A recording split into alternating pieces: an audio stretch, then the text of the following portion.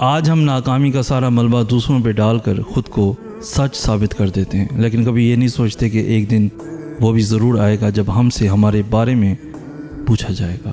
تب ہماری کوتاہیاں، گناہ سامنے لائے جائیں گے اور ہم سے کہا جائے گا کہ کس کا قصور زیادہ تھا۔ تب نہ چاہتے ہوئے بھی زبان یہ اقرار کرنے پہ مجبور ہوگی کہ ہم ہی خطا کار تھے، ہاں رب ہم ہی سزاوار ہیں۔ جانچ لیا کیجئے، شاید غلطی ہماری ہو۔